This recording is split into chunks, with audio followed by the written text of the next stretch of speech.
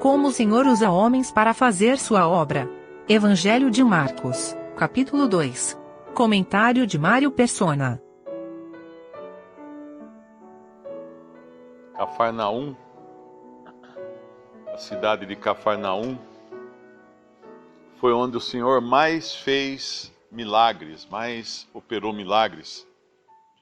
E se a gente pensasse que isso seria um privilégio, e era efetivamente um privilégio, porém ao mesmo tempo era uma grande responsabilidade, porque eles tinham visto de todas as formas o Senhor operando ali em Cafarnaum. E mesmo assim, lá em Mateus capítulo 11, Mateus 11, versículo 23, ele fala: E tu, Cafarnaum, que te ergues até os céus, será abatida até os infernos. Porque se em Sodoma tivessem sido feitos os prodígios que em ti se operaram, teria ela permanecido até hoje. Porém eu vos digo que haverá menos rigor para os de Sodoma no dia do juízo do que para ti. O que tinha de errado com Cafarnaum? Orgulho. Orgulho. Ela tinha ali todas as evidências. Eles viram o Senhor, eles viram ele praticar tudo aquilo que o Messias praticaria, né? E ainda assim eles não creram, eles não aceitaram. Aqui em Cafarnaum, o Senhor, no capítulo anterior, nós vimos ele expulsar um demônio, um espírito imundo, no capítulo 1, 26, de um homem que estava possesso na sinagoga deles, dentro do próprio sistema religioso dos judeus, havia um homem possesso. E ele expulsa esse demônio. Também em Cafarnaum ele cura a mulher, a sogra de Pedro, melhor dizendo, no versículo 31 do capítulo 1 de Marcos. Depois ele cura muitos no versículo 34, expulsa muitos demônios também, no versículo 34 do capítulo 1. E agora aqui ele vai fazer mais coisas em Cafarnaum. Ele começa pregando, né, no versículo 2, ele começa anunciando a palavra. Depois no versículo 5, ele vai perdoar pecados. No versículo 11, ele vai curar um homem paralítico, enfermo. No versículo 13, ele vai ensinar as multidões. No versículo 14, ele vai chamar Levi para segui-lo. No versículo 19, ele indica que ele é o esposo, e Israel esperava realmente um esposo, aquele esposo de Cantares é o Senhor. Ele era esposo para Israel. Depois ele viria a formar a igreja, da qual ele é o noivo, e haverá então as bodas do Cordeiro no futuro ainda. Lá em Apocalipse nós lemos disso. Mas para Israel, ele, além de rei, ele também era o esposo. E termina o capítulo com uma coisa muito, muito interessante, que ele revela que ele é Senhor. Mas ele não é Senhor do sábado. Como às vezes a gente lê meio rápido, fala, ele é Senhor do sábado. Sim, ele é Senhor do sábado também. Mas ali o versículo fala que até do sábado é Senhor. Ou seja, ele é Senhor de todas as coisas. Ele tem a primazia, ele tem o senhorio sobre todas as coisas. Inclusive sobre o sábado. Que foi, afinal de contas, foi ele próprio que instituiu o sábado. Nós sabemos que a salvação de uma alma, ela começa sempre em Deus.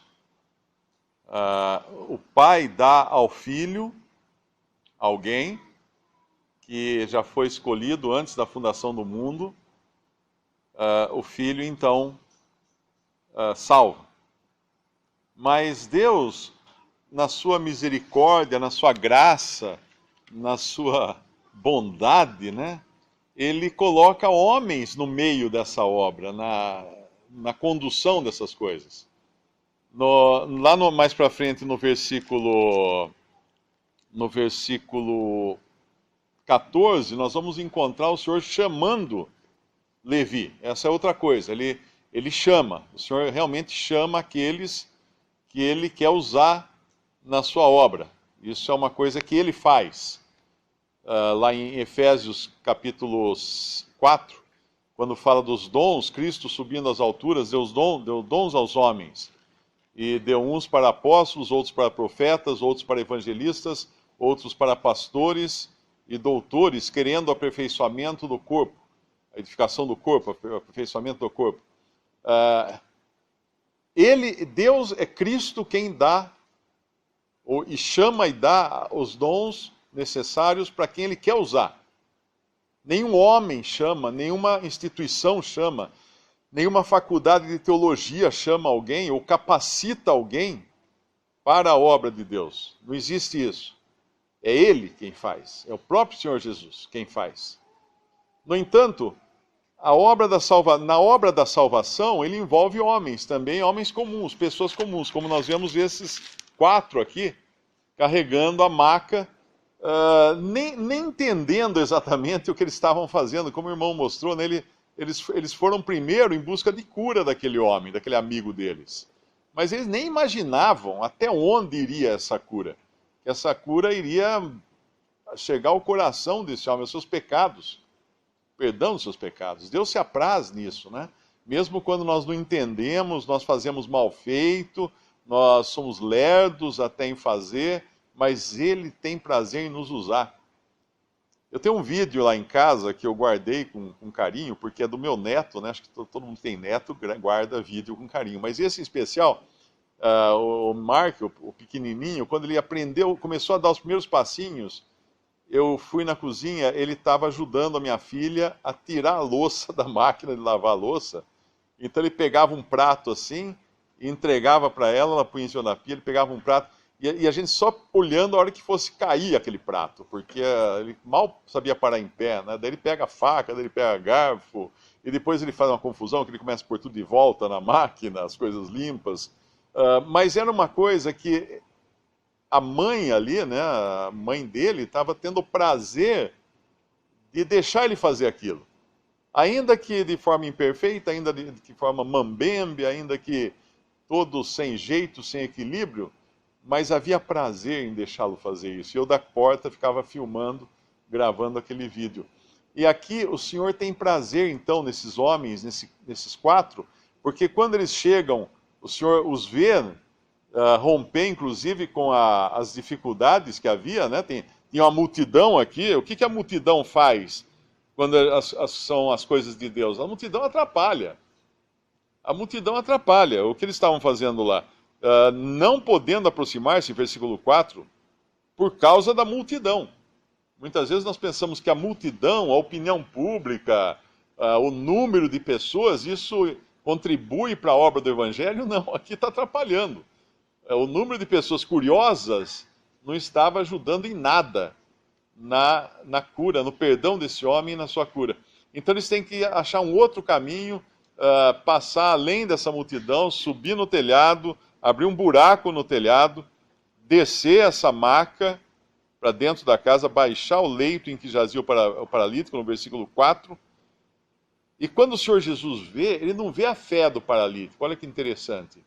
Ele vê a fé deles, dos amigos que levaram o paralítico. E quando nós conduzimos uma pessoa a Cristo, nós fazemos isso por fé também. Nós não sabemos o que vai acontecer. Às vezes há a multidão atrapalhando, bom, vamos dar a volta para o outro lado. Existem dificuldades, bom, vamos subir no telhado, vamos abrir um buraco, mas vamos fazer essa pessoa chegar até Cristo. Porque Deus se apraz nisso. E vendo a fé deles, dos amigos, ele fala ao paralítico: Filho, perdoados estão os teus pecados, no versículo 5. A obra do Evangelho, ela é uma coisa individual, é uma iniciativa que pessoas individualmente tomam. Às vezes alguém me pergunta, mas lá na sua igreja, né, entre aspas, a igreja lá prega o evangelho como? Faz as missões, o evangelismo como? Não faz.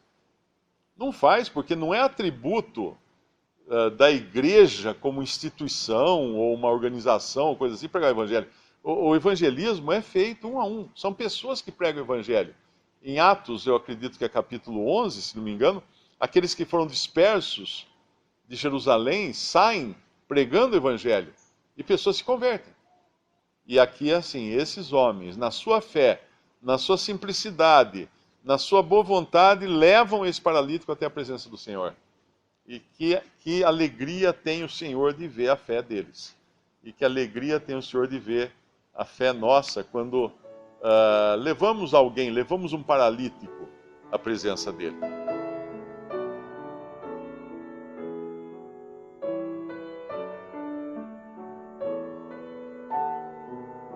Visite Respondi.com.br. Visite também 3minutos.net.